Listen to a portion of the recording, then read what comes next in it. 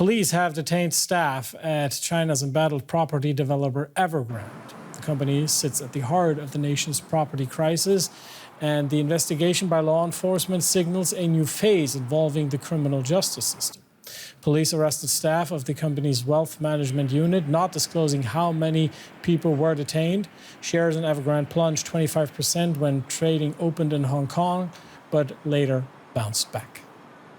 For more, let's bring in Zoe Liu Zongyuan. She's a fellow for international economic policy at the Council on Foreign Relations. Welcome to DW, Zoe. What are we to make of these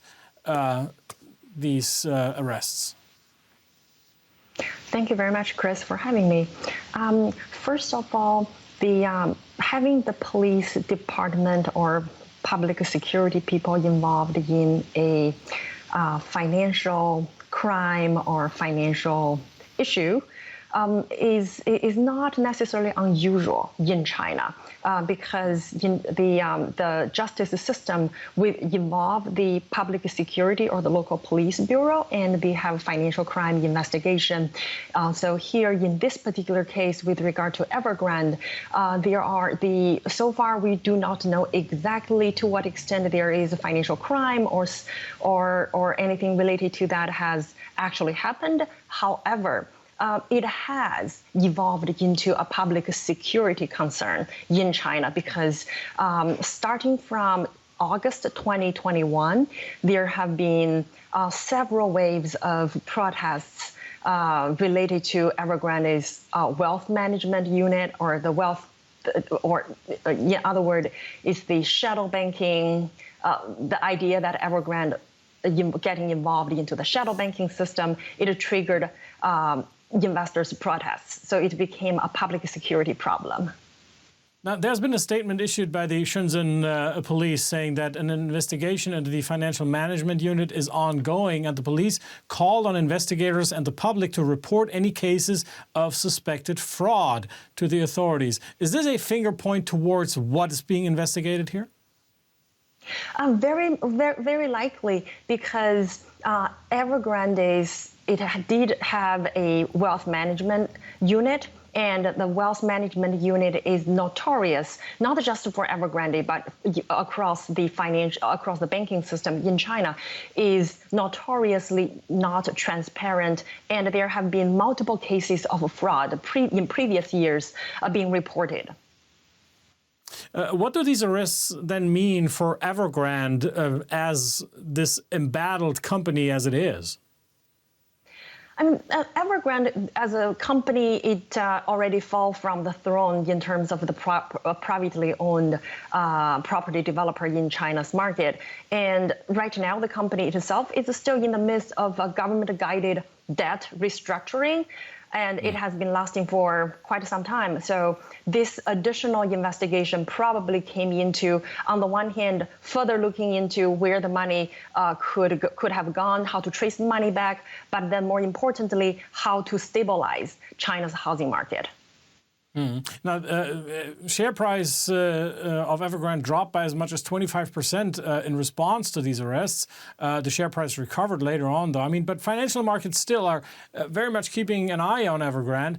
What does the company need to move forward here? I mean, in order for the company to move forward, perhaps I think inevitably it eventually will have to follow through China's domestic bankruptcy court procedure, starting from 2015 under President Xi Jinping's leadership.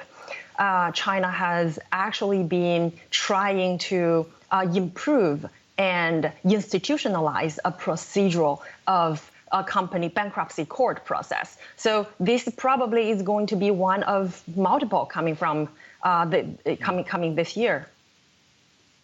Nevertheless, Moody's recently cut the outlook on China's property sector from stable to negative. A real estate developer, Country Garden, dodged default at the last minute twice last month, and we have been talking about the problems of Evergrande. Are we seeing a bubble exploding in slow motion here?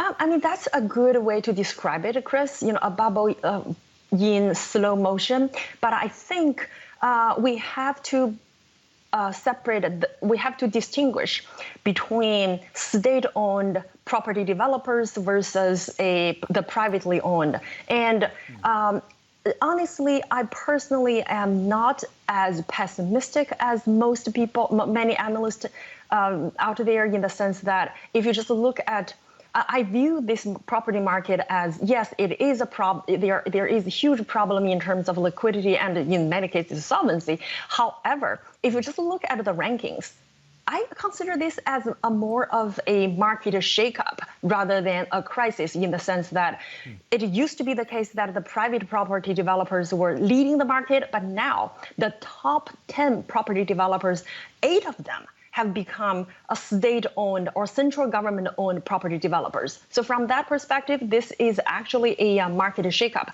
And also, if you look at the funding cost, is the state-owned property developers, they actually have a pretty low cost compared with private ones. There is a survey of 25 property developers shows that among the state-owned ones, the funding cost could be as low as below 4%, whereas for the private ones, it could be as high as above 5 or even 6%. Zoe, there seems to be a real issue, though, on the demand side as well. I mean, many Chinese households are still reeling from job losses during the financial crisis, for example. Against this backdrop, is the Chinese government doing enough to deal with the crisis on the housing sector? Short answer is no, because there are two issues with regards to demand, and I'm afraid that the demand for housing in China's property market is in perpetual decline for two reasons. One is demographics. The Chinese population growth has declined starting from last year. And then secondly, urbanization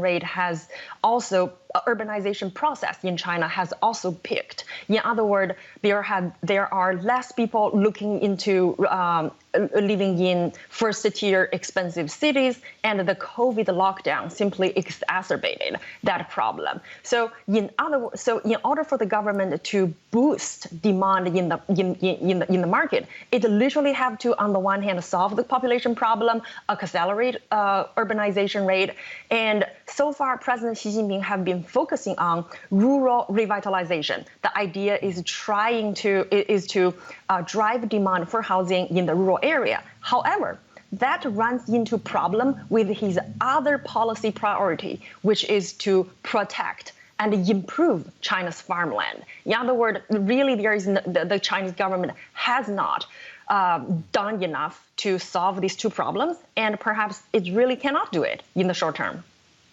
And finally, what do you make of the steps that have been taken so far, lowering interest rates, for example, or easing access to loans? Right. I think the People's Bank of China have been, starting from last year, the People's Bank of China have been doing a series of providing tactical solutions to ease liquidity conditions for both the property developers as well as home buyers. And a lot of these are really trying to solve the access to liquidity, but it does not solve the confidence problem. And because of property developers' unfinished housing and default, as well as the unfinished business of bankruptcy or restructuring of private developers such as Evergrande, there is a huge confidence problem among home buyers and investors. Simply by technocrats easing credit conditions, it won't solve the confidence problem. Zoe Liu Zongyuan of the Council on Foreign Relations, thank you for your time. Thank you for having me.